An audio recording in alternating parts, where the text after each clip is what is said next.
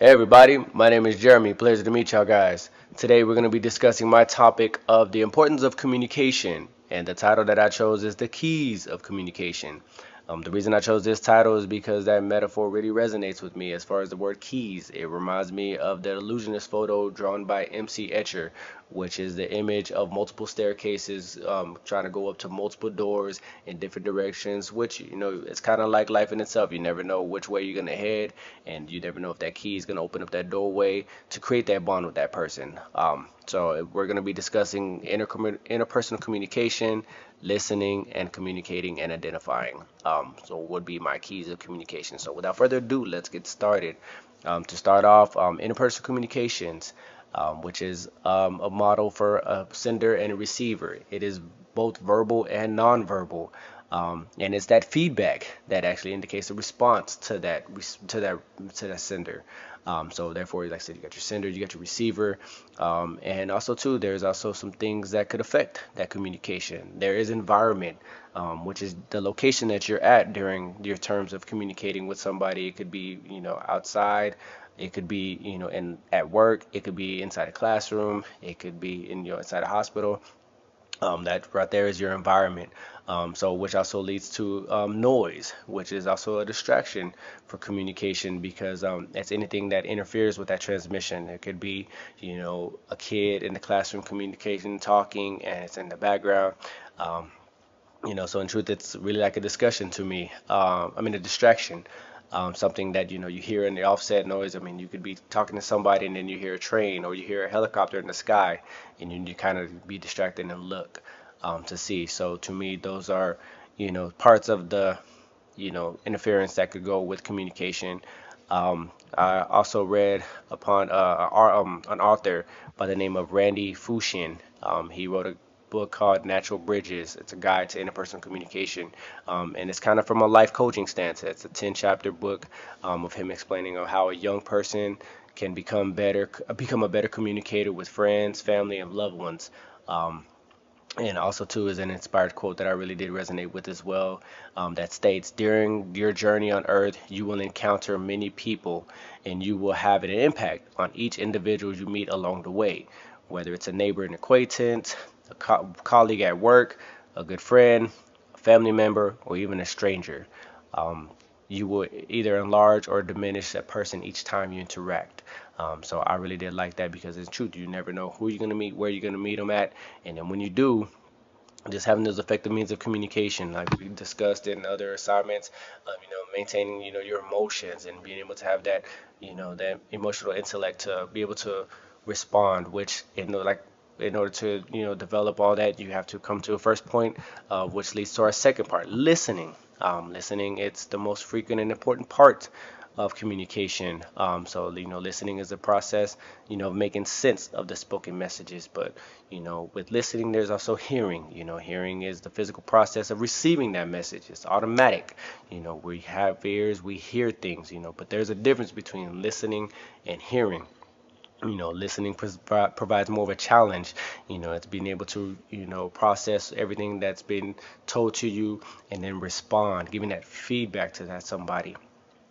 So being taking the time to actually listen, and not responding until you comprehend everything they're trying to inform, relay that message, and that way you could respond.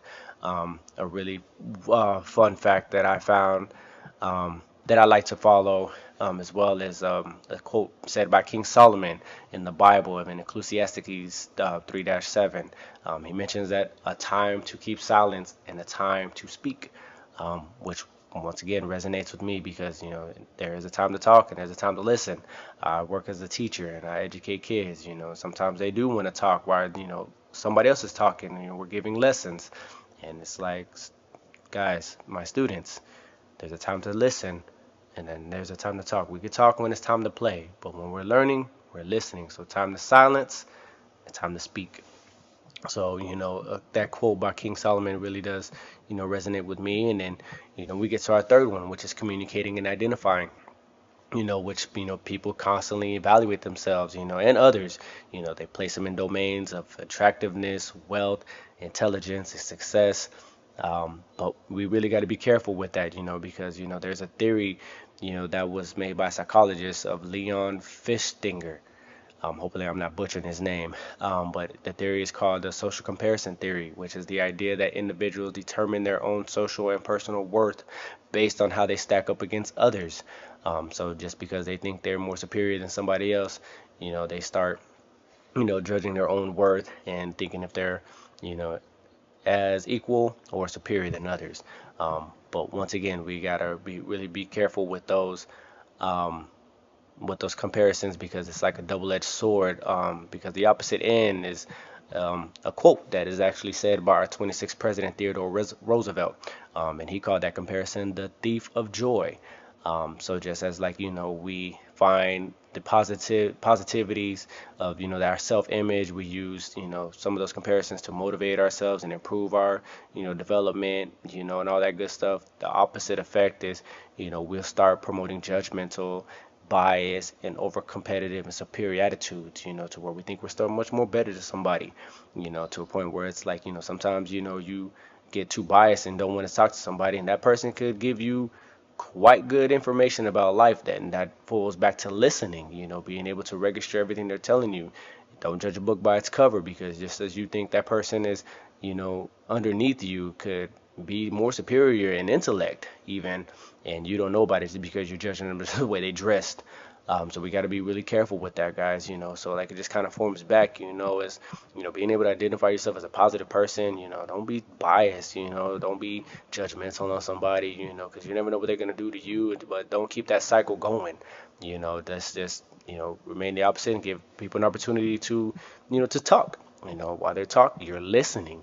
And as you're listening, you'll be able to reproduce that feedback and be able to communicate. So those really do tie up, my points that I'm trying to make, for my assignment. I guess I hope you guys really enjoyed my point of view. Let me know, guys, what you guys think, as far as being an effective communicator, giving, the opportunity to actually listen. Let me know one of your stories that, let me know, comment that, you didn't judge somebody and turned out to have been some of the most, you know, best information that you've ever heard, or something that just really did make your day or helped your life out, in that aspect. But yeah, guys, y'all guys have a blessed day.